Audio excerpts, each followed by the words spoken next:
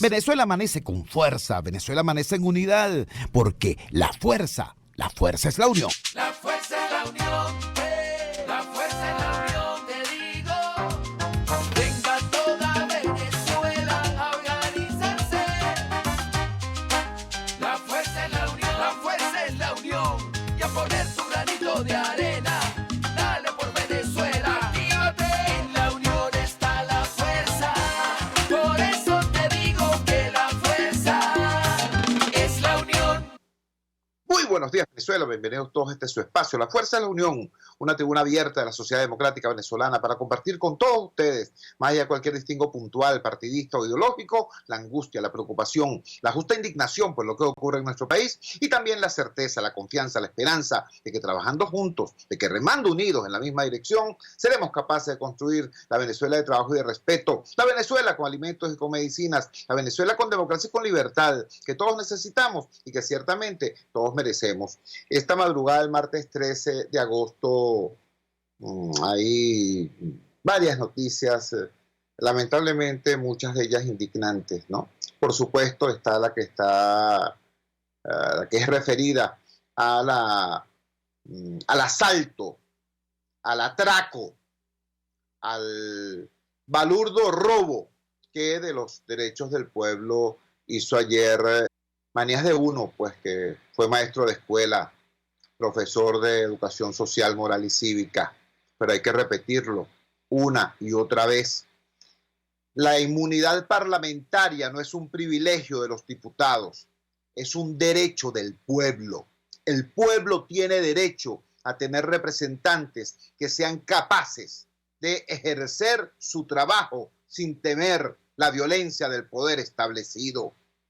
Una de las funciones inherentes a la Asamblea Nacional, al Parlamento, al rol, a la naturaleza misma del parlamentario, es, además de legislar, obviamente, es ejercer control sobre el Poder Ejecutivo. Esas son las dos grandes misiones de un parlamento, legislar y ejercer control sobre el Poder Ejecutivo. Recuerden ustedes que, a diferencia de un cuartel, de un potrero, de un chiquero, una república es una estructura donde los poderes se controlan mutuamente, se vigilan mutuamente en beneficio del ciudadano. ¿Para qué se controlan los poderes entre sí? Para que el ciudadano pueda ser libre, para que ninguno de esos poderes pueda hacer exactamente lo que le dé la gana. ¿Entiendes?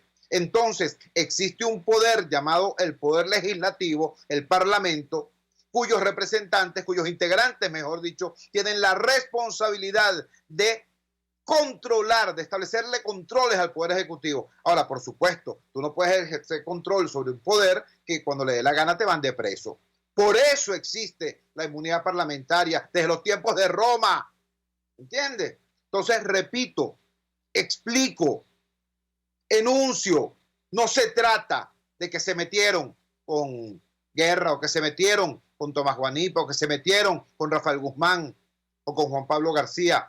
Se metieron con nosotros, ¿vale? No solamente con las personas que votaron en sus respectivos estados o en sus respectivos circuitos por esos diputados. Se metieron con nosotros, con todos los venezolanos, incluso con los venezolanos que votaron por los candidatos del chavismo en las elecciones parlamentarias del 2015. Porque esos venezolanos, esa masa total de 14 millones de venezolanos que votó en esos comicios, votó por un cuerpo integrado llamado Asamblea Nacional, que, repito, tiene la misión de legislar y de controlar al Poder Ejecutivo. ¿Y quién perpetra ese abuso, finalmente? Una supuesta Asamblea Nacional Constituyente, supraconstitucional, superpoderosa.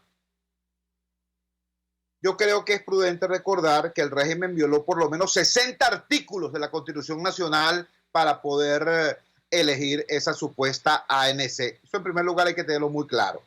Muy claro. En segundo lugar, hay que recordar, repito, cuáles son las funciones de un cuerpo legislativo. Legislar y controlar. Bueno, tenemos una ANC que no solamente no legisla, tiene casi 2 años existiendo y no ha hecho un artículo de la supuesta nueva constitución. Pero es que tampoco controla, por el contrario, descontrola. descontrola. Es decir, es utilizada por el régimen a la hora de perpetrar cualquier barbaridad. El mismo Maduro dice, bueno, entonces eso queda en manos de la ANC. Aténganse ustedes a la consecuencia. ¿Entiendes? Entonces, eso es lo que está ocurriendo. Eso fue lo que ocurrió ayer. Más adelante veremos el análisis que hace John Magdaleno sobre toda la circunstancia republicana, sobre toda la circunstancia institucional, pero en principio mi solidaridad es clara con los diputados Guerra, Guzmán, Guanipa y García, porque, repito, ellos no son otra cosa que la encarnación de un derecho del pueblo que fue vulnerado. Quien fue agredido fue el pueblo venezolano. En segundo lugar, quiero en este inicio del programa expresar mi consternación, mi dolor por el fallecimiento de Juan Vélez. Juan Vélez, un venezolano de apenas 51 años, fallece como consecuencia de una complicación, de una sencilla cirugía menor. Se complicó, tuvo un paro.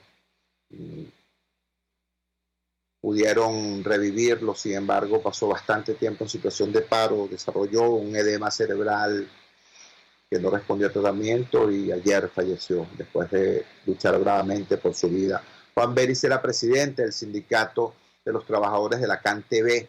Juan Vélez fue uno de los fundadores de la Intersectorial de Trabajadores de Venezuela. Juan Vélez era un hombre honesto. Juan Vélez era un padre de familia. Juan Vélez era un demócrata, un luchador por la democracia. A Juan Vélez no lo pudieron comprar nunca, no lo pudieron atemorizar nunca, no lo pudieron corretear nunca. Así se fue Juan Vélez, invicto. Nuestra palabra de solidaridad y de pésame a su familia, a sus compañeros de lucha, a la legión de amigos que dejó dentro y fuera del movimiento sindical. Hablando del movimiento sindical, también nos informamos a través de la cuenta de Andrés Caleca lo siguiente. Hoy, 13 de agosto, se hará una nueva audiencia de presentación de Rubén González, secretario general del Sindicato de Ferrominera. Debo recordar, Rubén González está secuestrado en la cárcel de La Pica a la orden de un tribunal militar, a la orden, por supuesto, de manera absolutamente inconstitucional de un tribunal militar. El delito de Rubén González también es ser insobornable, ser un defensor de los derechos de los trabajadores que no admite dobleces. Por eso estuvo preso 17 meses en las celdas de patrulleros del Caroní, allá en Bolívar. Por eso fue nuevamente secuestrado con nocturnidad y alevosía en una alcabala en la carretera hacia Oriente. Por eso lo tienen por allá por Maturín. No se atrevieron a tenerlo preso, a radicar su juicio ni en Caracas ni en Guayana. Ese es Rubén González. Y estos son nuestros comentarios de inicio en esta madrugada del martes 13 de agosto. Vamos a la siguiente pausa comercial y ya regresamos con muchísimo más de La Fuerza. La fuerza es la unión. Usted escucha Unidad, la fuerza es la unión, con Chuo Torrealba por RCR 750 AM. Sintonícenos a través de Periscope, @RCR750, la radio que se ve. En RCR somos vanguardia. Toda la programación de tu RCR también la puedes seguir a través de la internet. Audio y video en tiempo real. Noticias y mucho más. No te pierdas ni un segundo de nuestra programación. No hay excusa ni cadena que valga para que dejes de escucharnos. Ingresa a rcr.tv, la radio que se ve. Opinión, ideas en debate. Usted escucha a Chuo Torrealba en Unidad, la fuerza es la unión, por RCR. Como anunciábamos al principio de este programa y estamos promocionando desde anoche en las redes, vamos a tener con nosotros hoy a John Magdaleno. John Magdaleno es un politólogo, una de las personas que ha estudiado con más profundidad todo este tema de las transiciones de la dictadura a la democracia, y le pedimos que nos hiciera un análisis sobre lo ocurrido ayer, tanto en el TCJ de Maduro como en la irrita Asamblea Nacional. Comparto de inmediato la entrevista que le hicimos entonces a John Magdaleno. Vamos a conversar de inmediato con el politólogo John Magdaleno, investigador, profesor universitario y un seguidor acucioso de la dinámica política venezolana. Se produjo en el día de ayer la reunión de la IRRIT, Asamblea Nacional Constituyente, se produjo la sesión extraordinaria de la Sala Plena del Tribunal Supremo de Justicia. No se produjo lo que había anunciado, sobre lo cual había alertado el presidente de la Asamblea Nacional y presidente encargado reconocido por más de 50 países, Juan Guaidó.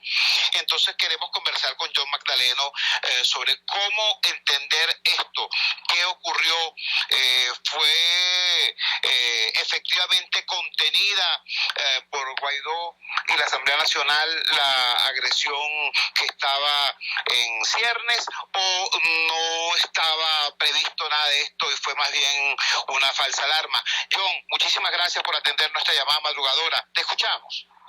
Muchas gracias a ti, querido Chu, y desde luego un placer conectarme de nuevo con tus oyentes y feliz día para todos, desde luego.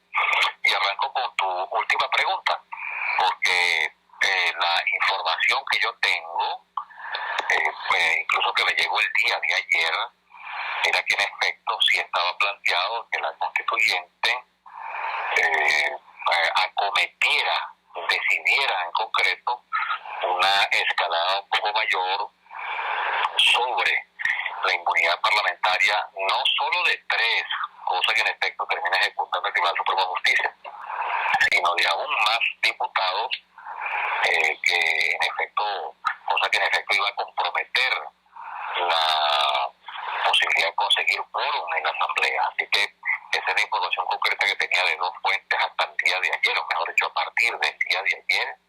Y aunque eso no se consumó en el caso de más diputados que los que en efecto ya fueron señalados por una sentencia del Tribunal Supremo de Justicia, que desde luego podemos cuestionar en la medida en que eso no es lo que está contemplado en el texto constitucional, no dejo de pensar, Chu, en que esa amenaza queda latente. Es decir, la posibilidad de que en lo sucesivo, aunque yo esté en desacuerdo expreso con esto, la posibilidad de que en lo sucesivo puedan seguirse intentando medidas judiciales para afectar a mayor número de diputados y sobre todo, que es el objetivo ulterior de todo esto, afectar la propia posibilidad de funcionamiento de la Asamblea en la medida en que en efecto, en virtud de las persecuciones, en virtud de las medidas judiciales y hasta extrajudiciales, la posibilidad de conseguir quórum en el Parlamento Nacional es cada vez más difícil. Estamos conversando con John Magdaleno. John, efectivamente, ayer en la mañana la inquietud que teníamos era sobre si este lunes 12 sería el día o del choque de trenes definitivo o el día en que ambos actores políticos de la confrontación intentaran reposicionarse de cara a una eventual revitalización de la mesa en Barbados. Y qué curioso, ayer ocurrieron cosas significativas en la Asamblea Nacional Constituyente, la IRRIT, la Asamblea Nacional Constituyente. El señor Diosdado Cabello dijo textualmente que ellos habían aprobado no concurrir a Barbados a la reunión de los días 7 y 8 y estudiar en qué condiciones era posible su regreso. Como tú bien dices, es incalificable y absolutamente condenable la acción que tomaron contra los diputados García, Guanipa, Guerra y Guzmán. Sin embargo, eso es el cierre de un ciclo anterior de represalias. De hecho, el diputado Guerra y el diputado Guzmán tienen ya varias semanas, más de mes y medio fuera del país.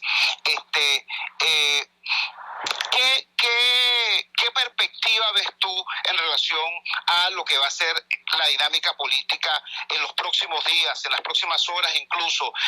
¿Vamos hacia un escalamiento del blofeo, pero terminarán sentados o pudieran ocurrir otras cosas? Bueno, me parece que has encuadrado bastante bien el tema, Chu, en el sentido de que yo creo que estas crecientes tensiones entre gobierno y oposición que en efecto creo que van a continuar. Sí, ya que me pides un pronóstico sobre esa materia, te lo doy de inmediato. Sí, en efecto creo que las tensiones sociales y políticas van a escalar, porque lo que creo que está ocurriendo en el fondo es que ambos bloques de actores se están amenazando mutuamente para intentar conseguir mayores conquistas en la mesa de negociación. Así que no puedo dejar de pensar en el escenario en el que se vuelvan a reanudar las conversaciones. No estoy formulando un juicio de valor o un deseo o una preferencia. Más bien tendería a pensar que esto puede ser un pronóstico razonable. Si ambos actores están elevando el tono y la categoría de las amenazas que le infligen al otro, pues desde luego eso lo que podría pretender es restituciones de mayor número de garantías en el caso de la oposición hacia el gobierno, es decir, pretender que el gobierno lo haga, que restituya mayor número de garantías, y en el caso del gobierno lo contrario, pretender, por ejemplo, al menos una flexibilización de las sanciones y algún tipo de normalización política, cosa que yo creo que no va a prosperar tan fácilmente en la medida en que aquí se está básicamente discutiendo, pues por supuesto, las condiciones en las que se produciría un cambio político. Desde luego podemos hablar de un cambio económico como consecuencia de aquel, pero lo duro central de la discusión y de las conversaciones es intentar explorar la posibilidad de que se produzca un cambio. Naturalmente esto nos va a llevar a un debate largo, porque en regímenes autoritarios como el que hay en Venezuela, estas restituciones de garantías no son sencillas. Ciertamente ocurren cuando los actores más importantes, los factores de poder más importantes del régimen autoritario perciben que están frente a una situación límite, es decir, que ya no tienen otra opción estratégica disponible que la de negociar los términos en los que se produce la salida del poder, y por lo regular eso ocurre cuando hay un contexto de presiones y amenazas muy severo y al mismo tiempo de garantías e incentivos que facilitan que al menos una parte de la coalición empiece a negociar los términos precisamente de la transferencia de poder. Yo creo que no hemos llegado a esa situación límite, no lo digo como sociedad, hace rato que la sociedad está en una situación límite, yo diría que más que apremiante. Me refiero a los factores de poder del régimen autoritario, y uno examina con detalle el discurso de los principales voceros oficiales y uno se da cuenta de que perciben ciertamente que están a la defensiva. Ellos mismos lo confiesan, el propio Maduro lo ha confesado explícitamente en varios discursos, en varias alocuciones, pero que todavía perciben que tienen algún margen de maniobra. Bueno, muy bien, yo creo que en virtud de las crecientes restricciones financieras que se experimentan, especialmente después de las últimas sanciones de los Estados Unidos, y especialmente después del nivel de conflictividad social, la precarización de la vida cotidiana que viene ocurriendo, creo que el régimen autoritario sí se va acercando, se va aproximando a una situación límite. Puede que esto tarde más de lo que sería deseable para nosotros los ciudadanos, puede que ellos perciban que llegan a una situación límite el año que viene o a finales de este año. Me resulta muy difícil estimar el intervalo de tiempo en el cual ellos van a percibir la situación límite muy próxima, pero no tengo la menor duda de que ese momento va a llegar. Es decir, un Estado que no puede generar los mismos ingresos en divisas que antes, que no tiene capacidad de financiamiento externo, un Estado que tiene que echar mano de otro conjunto de actividades económicas, comerciales, algunas cuestionables incluso, para poder mantener un mínimo de consumo público, un mínimo de gasto público, en concreto para sostener los planes. Un gobierno que tiene crecientes dificultades para mantener contentos, vamos a llamarlo de esta manera pedagógica, contentos, satisfacer las demandas y los intereses de factores de poder de la coalición dominante. No es un gobierno y un régimen que tiene una situación sencilla por delante. Es decir, yo veo que el régimen es crecientemente vulnerable. No que está en situación de debilidad, porque en efecto todavía mantiene el poder, pero sí está en una circunstancia de creciente vulnerabilidad. Entonces tu pregunta es muy importante porque localiza las disputas que vemos y que vamos a ver entre gobierno y oposición en ese contexto. Entonces, por supuesto, cuando se da una negociación, usted intenta que el otro ceda la mayor cantidad de peticiones que usted tiene o de exigencias, y el otro pensará exactamente del mismo modo. Pues muy bien, ¿cómo usted cómo usted logra que aquel que es su enemigo o su adversario pueda restituir o pueda conceder garantías o satisfacer demandas que son vitales para usted, bueno, obligándole, es decir, presionándolo. Bueno, lo que estamos viendo en desarrollo es el despliegue de esa capacidad de influencia para intentar que el otro conceda mayor número de demandas, es decir, pueda satisfacer mayor número de demandas. Y esto es un juego mutuo de doble vía. En el caso de la oposición, desde luego se recurre a la amenaza externa para presionar mucho más al gobierno nacional, y en el caso del gobierno, pues por supuesto se recurre a la presión interna sobre factores opositores, especialmente sobre el liderazgo y sobre los medios de comunicación, de forma tal que estos concedan al mismo tiempo mayor número de garantías e incentivos. Estamos exactamente en el medio de ese juego. Por tanto, ¿para qué tú presionas al otro? ¿Y por qué se producen al mismo tiempo las presiones mutuas? Bueno, quizás porque las negociaciones se están enseriando, en el sentido de que quizás se están finalmente desnudando los intereses ulteriores de cada uno de los bloques sentados en las conversaciones, y quizás porque en efecto, en la medida en que el gobierno se acerca a una situación límite, sabe que la opción de la negociación sigue siendo una vía de menores costos para la transferencia de poder. Así que creo que ese es el contexto en el que están ocurriendo estas cosas. Por un lado, las amenazas externas, las presiones externas del gobierno de los Estados Unidos sobre el gobierno, y por otro lado, casi en respuesta a aquello, de forma simultánea diría, o de forma inmediatamente posterior, las amenazas que el gobierno y otras instituciones como el TSJ desde luego impone sobre el liderazgo opositor. Estamos conversando con el politólogo John Magdaleno, una de las personas que con mayor ahínco y con mayor profundidad ha estudiado justamente este tema de las transiciones de los regímenes autoritarios a las democracias funcionales. Finalmente, John, y agradeciéndote pues todo este análisis que nos permite ubicar en perspectiva todo lo ocurrido el día de ayer, lunes 12. Hasta ahora hemos hecho una suerte de análisis binario, ¿no?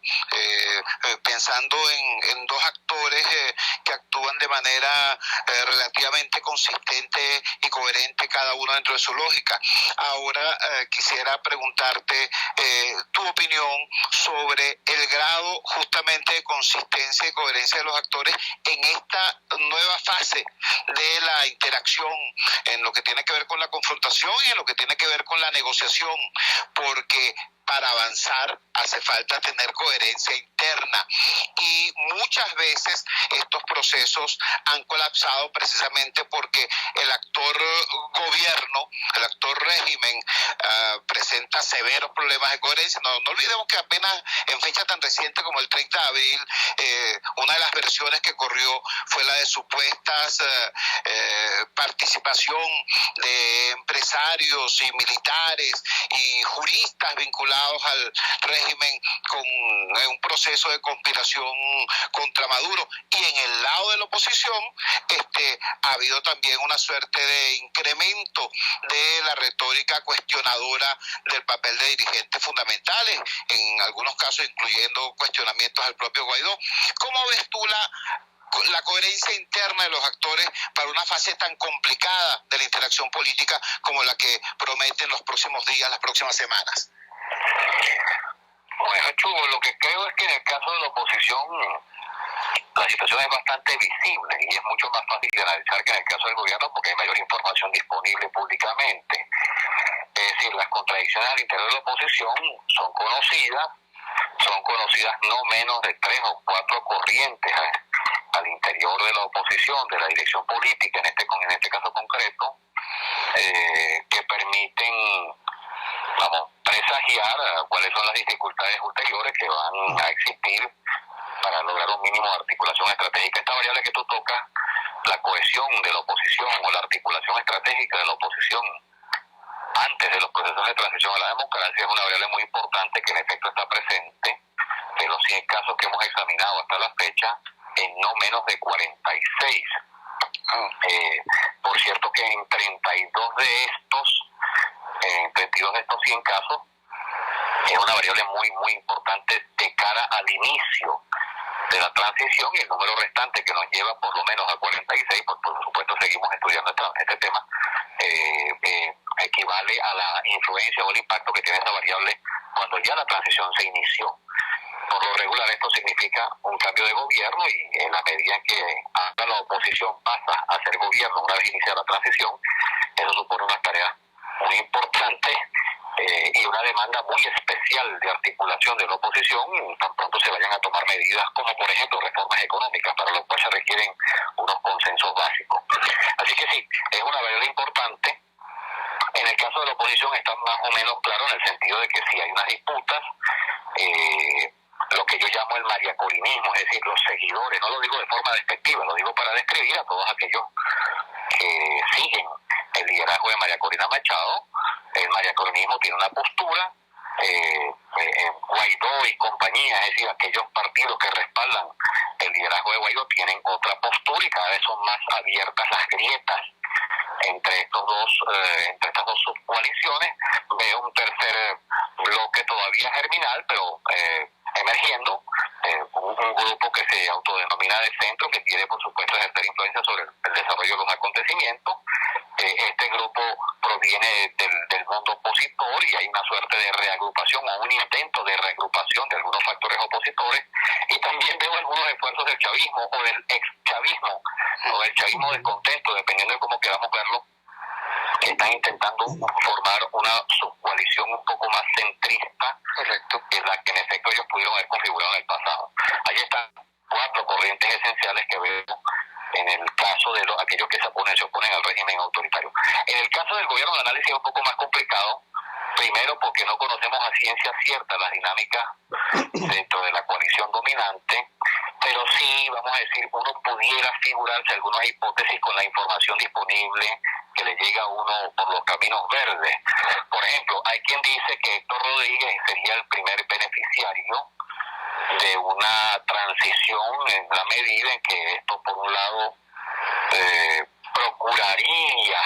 procuraría una progresiva democratización del chavismo, y él sería desde luego el abanderado de esa nueva etapa, de esa nueva fase del chavismo, es decir, una vez habiéndose producido una transición política, que como todos sabemos, las transiciones políticas no son todas a la democracia. Atención con esto, porque hay un equívoco frecuente aquí. Pueden haber transiciones políticas sin que éstas en efecto nos conduzcan a la democracia. Pudiera producirse en Venezuela, para figurar una hipótesis, una transición desde el régimen autoritario, desde dentro, sin que ello comporte una transición a la democracia. Creo que este es un escenario al que hay que otorgarle algún tipo de factibilidad. No es un escenario que me gusta, no estoy hablando de mi juicio de valor, porque en efecto una transición interna significaría que se mantiene alguna modalidad de régimen autoritario, pero sí, parece un escenario factible. Lo que creo es que si ese escenario se da, puede abrirse la compuerta, luego puede abrirse la compuerta para una transición a la democracia, por razones que obviamente no puedo explicar con detalle en este momento, por obvias razones de tiempo. Así que sí, creo que para señalar un actor del oficialismo, y hay unos intereses, los intereses de Maduro parecen exactamente contradictorios con los de Héctor Rodríguez.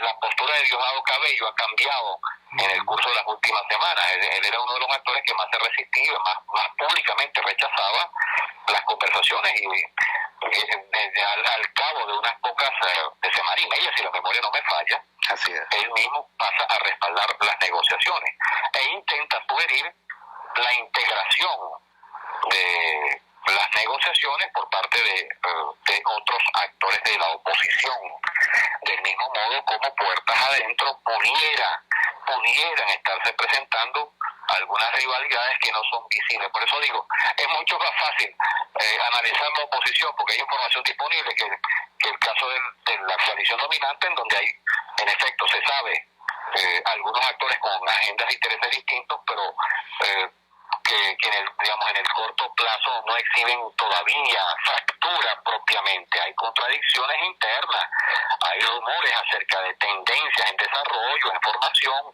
de subcoaliciones en formación dentro del chavismo, pero todavía desde luego eso no tiene una expresión pública. John, te agradecemos vivamente que nos hayas regalado estos minutos esta madrugada del martes 13 de agosto. Un gran abrazo. Amigo.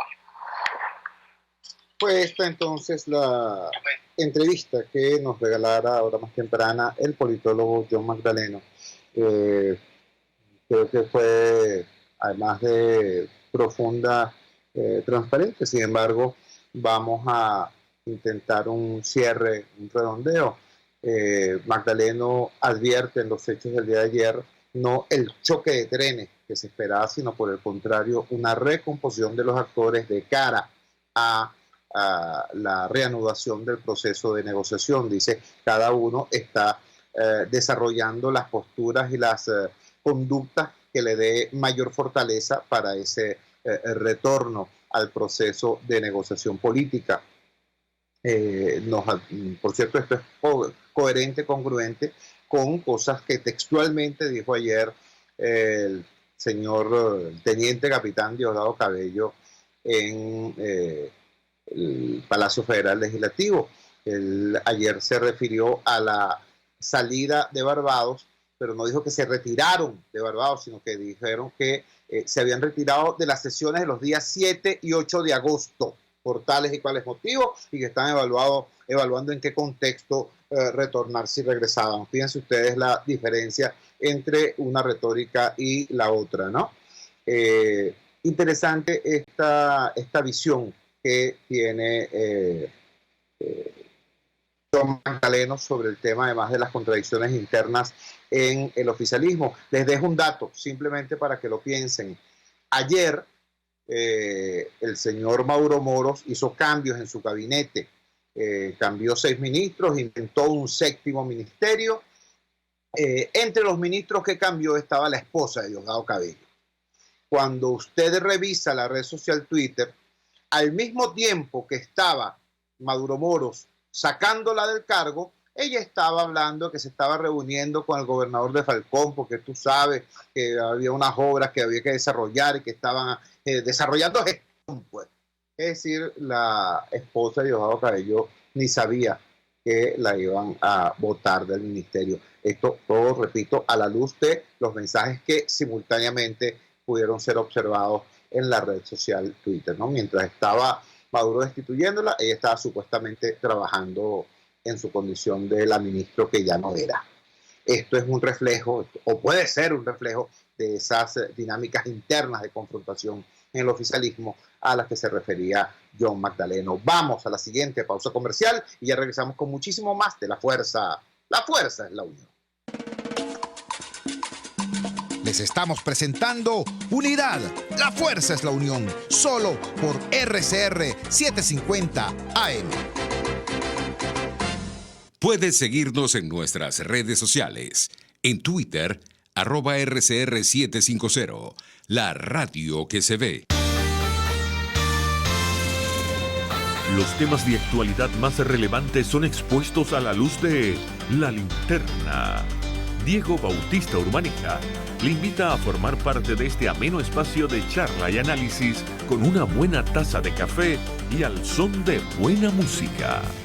La Linterna, de lunes a viernes, a partir de las 2 de la tarde, por RCR 750 AM. RCR 750 AM, porque lo bueno une.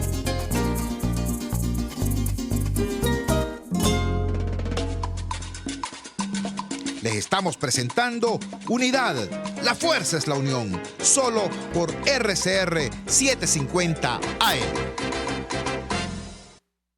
Y hablando de contradicciones en el chavismo, ¿usted se imagina una rueda de prensa sobre el estado Táchira? Una rueda de prensa del PSUV, del oficialismo, sobre el estado Táchira. Desde el estado Táchira, con Freddy Bernal sentado en la mesa y que Freddy Bernal no diga ni ñe, que no abriera la boca para nada, salvo para risitas nerviosas. Bueno, sí, eso pasó ayer.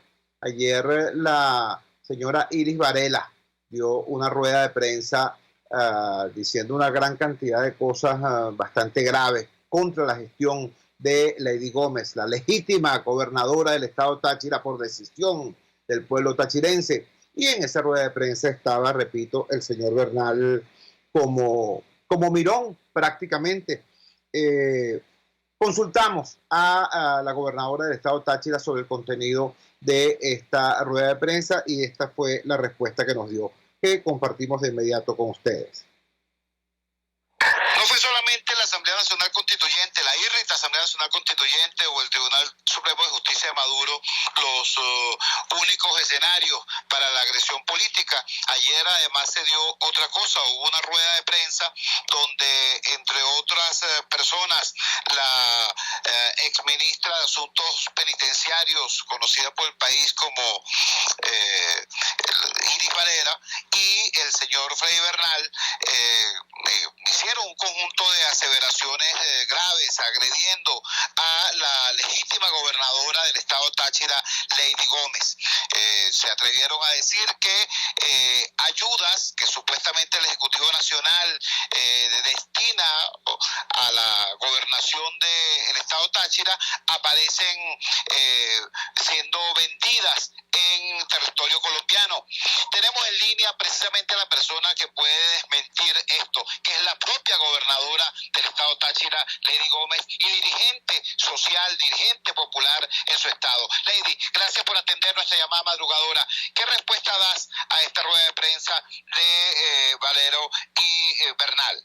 Hola amigo, ¿cómo están? Un saludo a todos quienes nos escuchan a estas tempranas horas del día.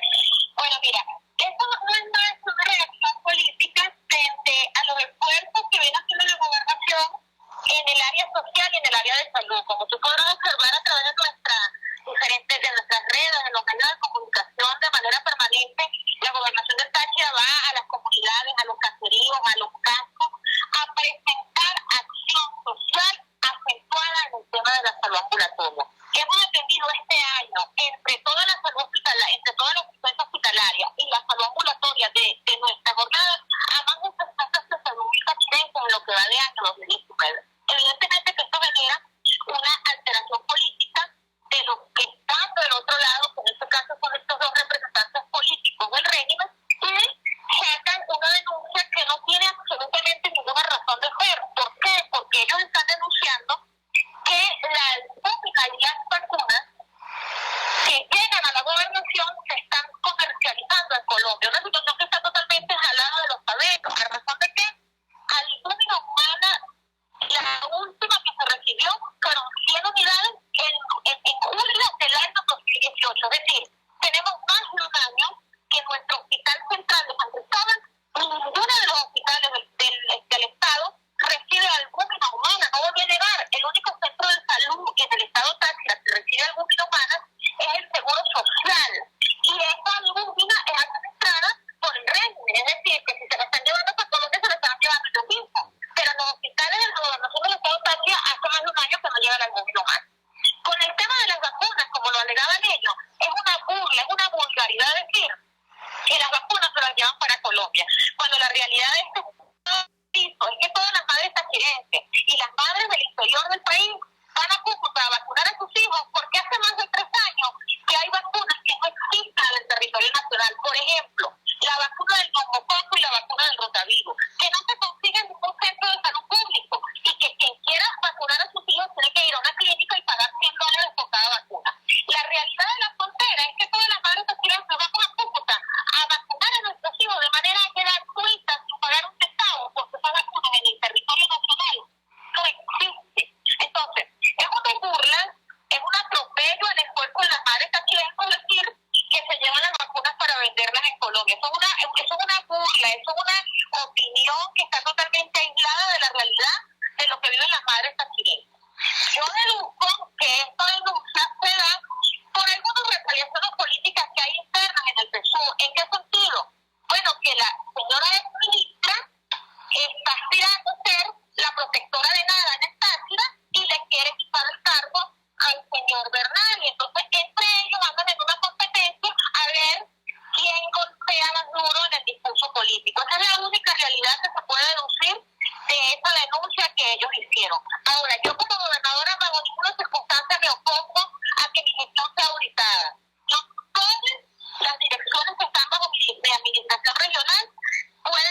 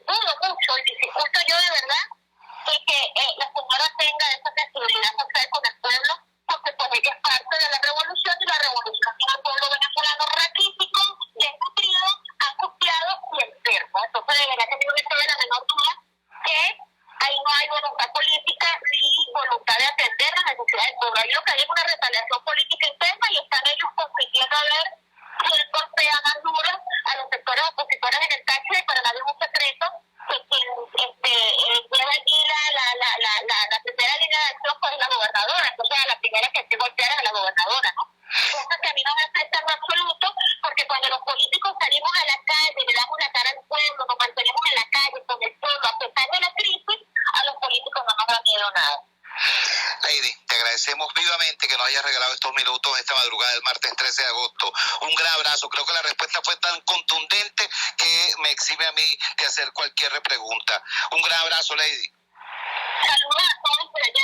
Aquí seguimos trabajando y bueno, preparados para todos los escenarios democráticos que se tengan que dar en Venezuela para generar los cambios que se tienen que brindar. Eso sí se lo decimos al pueblo venezolano. Que sean democráticos, porque las madres venezolanas han llorado mucho por todos los jóvenes que han caído en la lucha política que se ha dado en este país. Así es. Muy buenos días. Era la voz de la gobernadora del estado Táchira dando respuesta contundente entonces a las supuestas denuncias hechas por Iris Varela en la compañía de un cuasimudo Freddy Bernal. Vamos a la siguiente pausa comercial y ya regresamos con muchísimo más de La Fuerza. A Fuerza es la Unión. Les estamos presentando Unidad. La Fuerza es la Unión. Solo por RCR 750 AM. Puedes seguir nuestra programación a través de rcr.tv, la radio que se ve. En CAESPOR no hay límites ni obstáculos a la hora de enviar tu carga, sea marítima o aérea. Puedes enviar desde palillos hasta contenedores de cualquier capacidad. Recuerda que CAESPOR son especialistas en envío de cargas, consolidación, reempaque y te ofrece casilleros gratis en USA. Infórmate en USA por el 1305-514-2500. En Panamá por el 507-395-1134. En Venezuela por el 0241-775-5575. CAESPOR, déjalo todo en nuestras manos. Cuando hablamos de Honda, hablamos de Distasi Motors, el concesionario Honda que pica adelante en precios, condiciones y servicio. Todo el personal de Distasi Motors, tanto técnico como de atención, está actualizado, capacitado y certificado permanentemente para atender correctamente tu vehículo. www.distasi-honda.com.ve. Distasi Motors, tu concesionario Honda en Los Palos Grandes. Antes de empezar el día, entérese de lo que acontece en el país junto a Pedro García Otero en Titulares de la Mañana.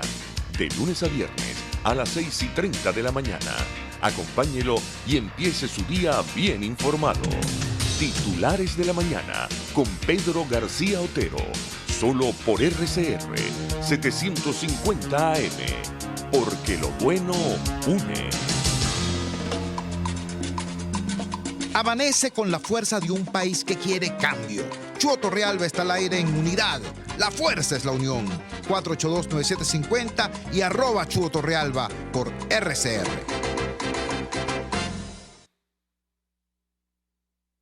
Regresamos de La Fuerza es la Unión con la información sobre la otra información con la cual ayer Maduro intentó competirle a Diosdado Cabello en la agenda informativa.